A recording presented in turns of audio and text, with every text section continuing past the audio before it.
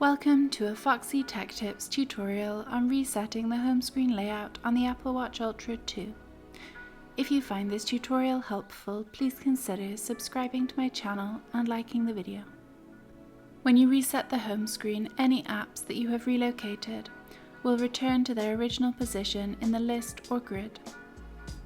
Press the digital crown to open the App menu. Tap the Settings cog to open Settings.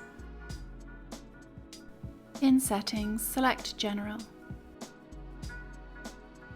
Scroll down to the bottom of the General settings and tap Reset.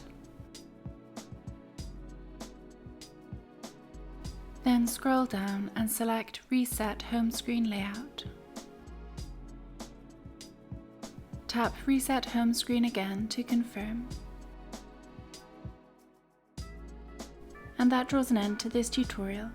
Please like the video if you found it helpful and subscribe to Foxy Tech Tips for more Apple Watch Ultra tips and tricks.